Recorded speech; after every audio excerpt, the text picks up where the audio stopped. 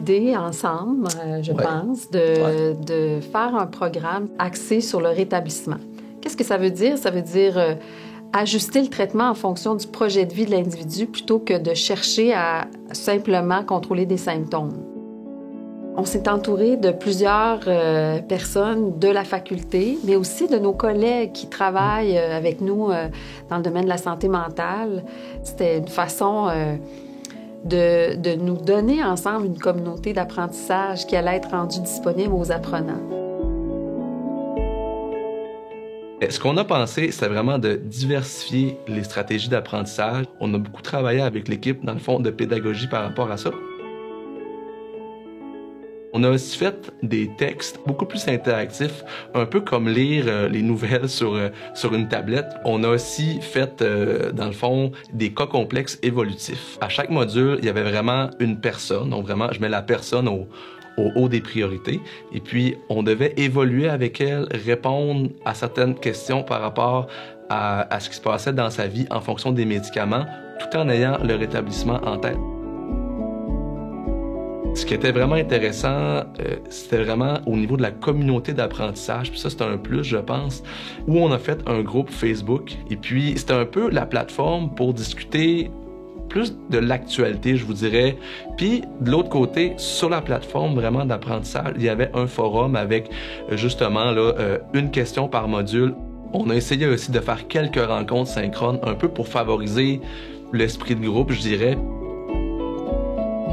Le nanoprojet d'intégration, c'est un projet vraiment qui devait être fait dans le cadre du nanoprogramme, dans la pratique de la personne, du choix de la personne, finalement de l'apprenant.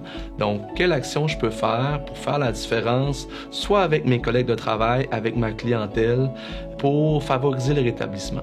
C'est une façon de transformer les pratiques très rapidement parce que la personne s'approprie des concepts et les applique à son quotidien, à sa pratique. C'était souvent ça qui ressortait comme élément le plus durable au changement de pratique. Puis il y avait beaucoup de fierté par rapport à ça chez les apprenants.